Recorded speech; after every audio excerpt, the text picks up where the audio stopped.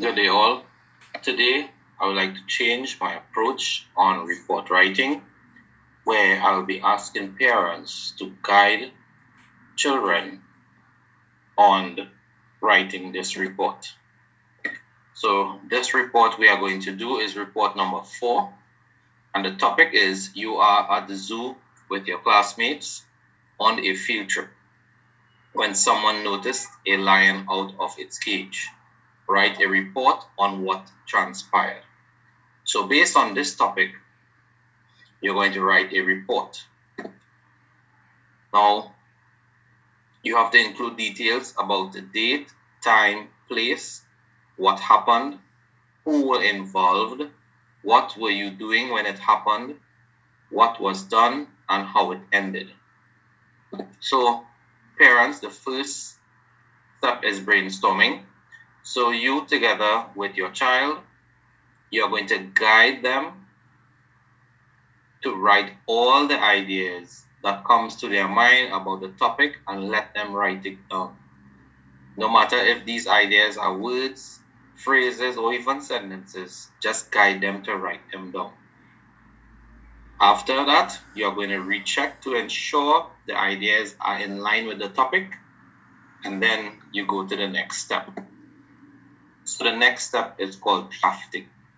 This is where the children, they are going to write their ideas in sentences and also put these ideas in a sequence. While they are doing that, they need to write these ideas in paragraphs.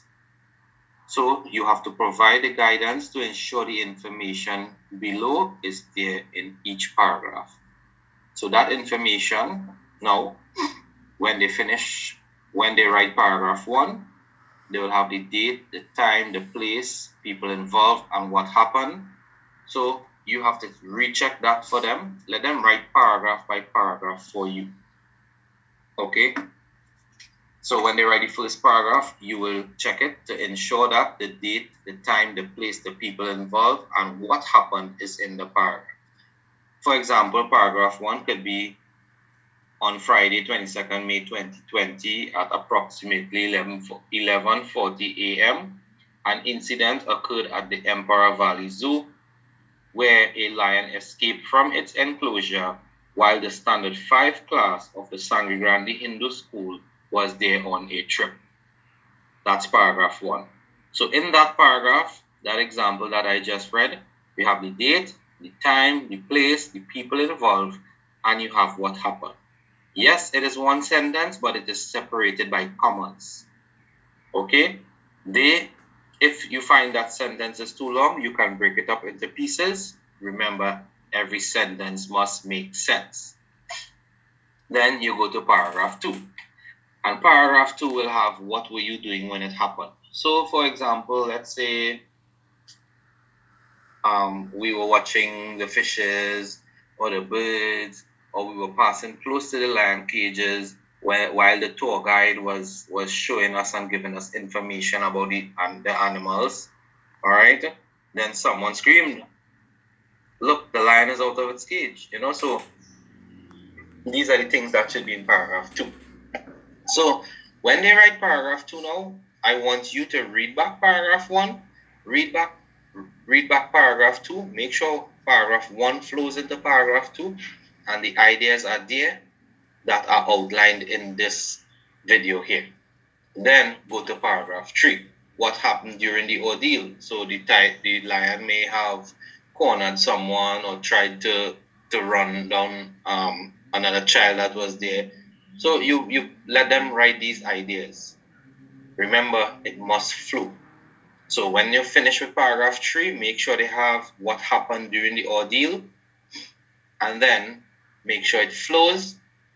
Then go to paragraph 4. What was done? The zoo attendants came with tranquilizer guns. What they did.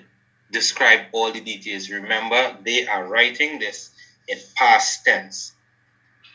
So do not let them use continuous past tense or past continuous tense. Let them only use simple past tense.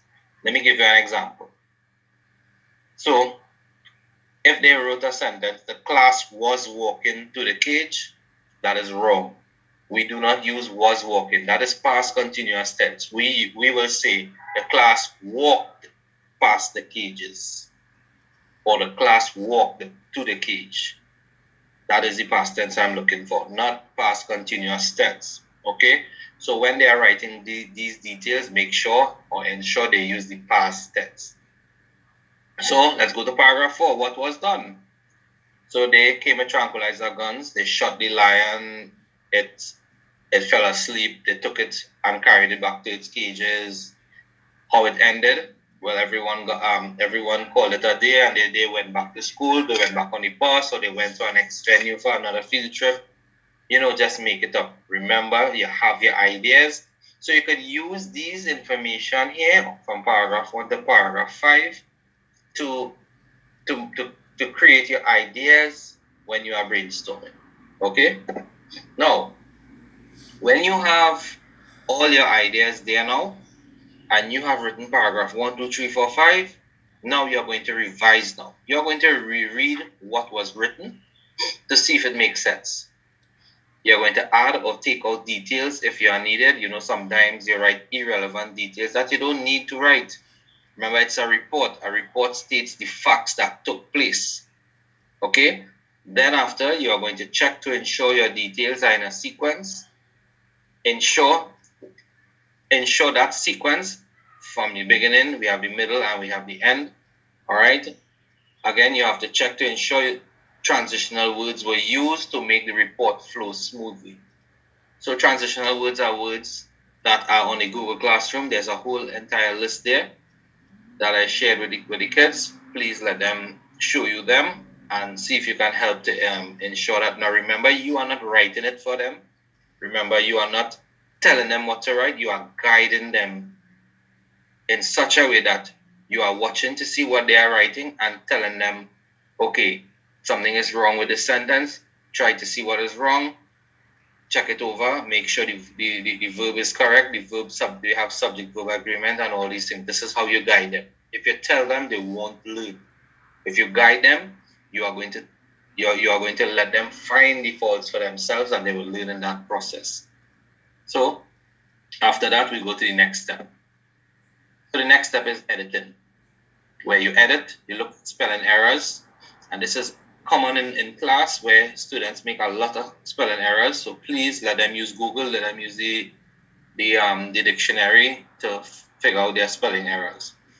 At this stage, they should insert missing punctuation marks and capital letters where they are needed. Remember, we use capital letters at the beginning of sentences and also for the names of people.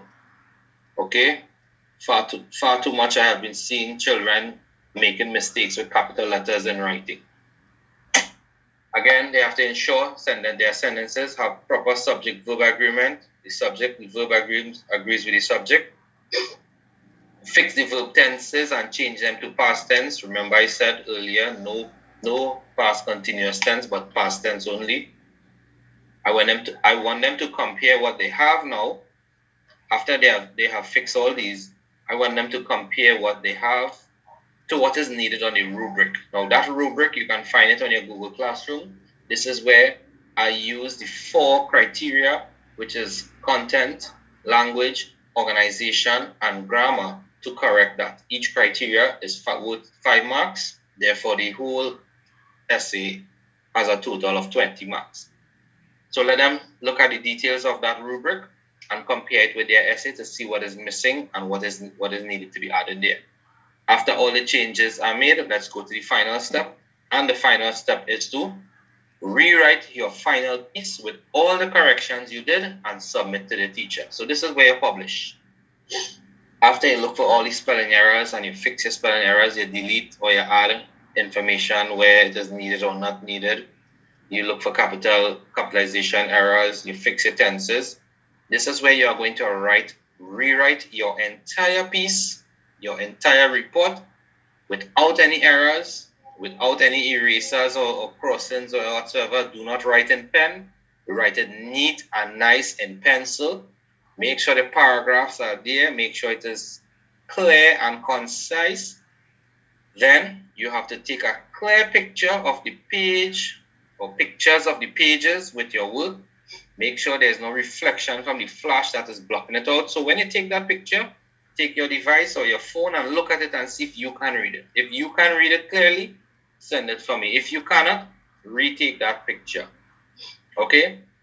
So you're going to send that on email to my email address, which is vishnu.budram@fac.edu.tt.